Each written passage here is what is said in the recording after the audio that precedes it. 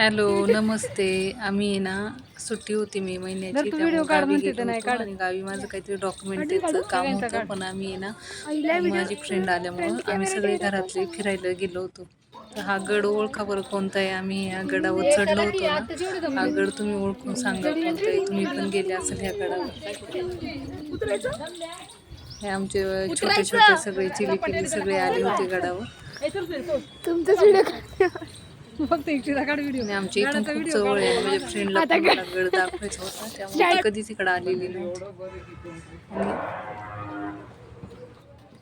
नंतर मी ह्या शेवटी सांगणारच आहे, पण तुम्ही ओळखा हा कोणता गड आहे तो.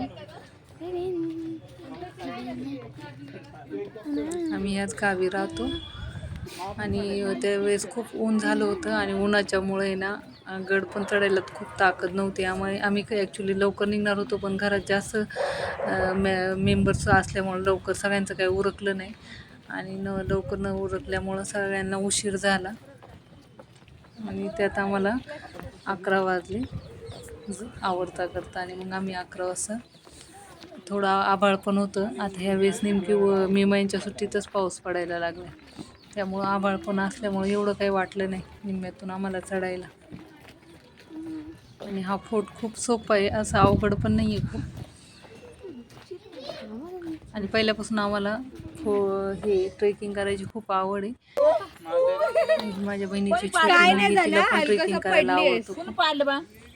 ती मग आमचं बोट सोडून मला स्वतःला चालायचे असं म्हणत होती. बघा ती आता तुम्हाला दाखवते ती कशी गड चढती. खूप छान आहे गड. आता ते इथं आहे ना, खूप छान केले, बाग वगैरे मस्त केलेली. फ्रॉक घालायला लागत तिला.